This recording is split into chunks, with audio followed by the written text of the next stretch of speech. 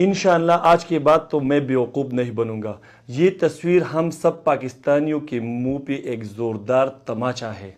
इन लोगों की वजह से हम जेल जा रहे हैं, एक दूसरे के माँ बहनों को गाली दे रहे। आज ये लोग देखो कितने ज़बरदस्त मूड में एक दूसरे के साथ बैठे हुए हैं। और ये जंग सिर्फ कुर्सी का जंग है। लड़ हम रहे हैं, नीचे वर्कर लड़ रहे हैं और ऊपर कुर्सी पर ये लोग बैठ के फिर अय्याशियाँ कर रहे होते हैं। तो आप लोगों को भी चाहिए, जो हमारे सपोर्टर है, हमारे फैन है, इस वीडियो को शेयर करें और आज के बाद किसी भी पार्टी के लिए जिंदाबाद मुर्दाबाद का नारा नहीं लगना चाहिए। पाकिस्तान जिंदाबाद। دغه درې کسان په تاسو پیژنئ چې یو د صوبې گورنر دی، یو د صوبې وزیر اعلی دی، یو امیر مقام دی، د نون لیگ د پارټۍ رهنما دی. د دغه درو اکاونټونه د سوشل میډیا اکاونټس که تاسو وکتل نو دوی داسې د یو بل سره لګي ته به چې دوی نه غټ دشمنان په دغه پښتونخوا کې نور نشته دی، خو څومره ښایسته په خوشګوار موډ کې یو بل سره ناست دي. فیصل کریم کونډي چې د صوبې گورنر دی بالکل وزیر اعلی ته دا ویلي دي چې زه به تا نه دا عهده اخلم او د وزیر اعلیتوب د عهدې نه به دې اخوا کومه. دا یې هم ورته ویلي دي چې د تا نه غټ بېغیرته او بېناموسه انسان د سره شته نه.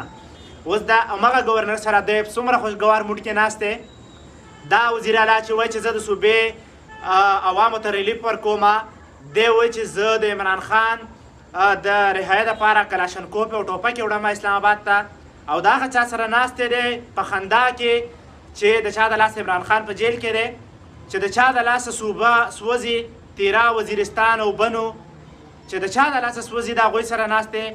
نو خلکو دا وپېژنئ، په پاټو بازو کې مه راځئ. قسم په خدای چې دا ټول سره ملاو دي، والله او بالله چې دا سره ملاو دي.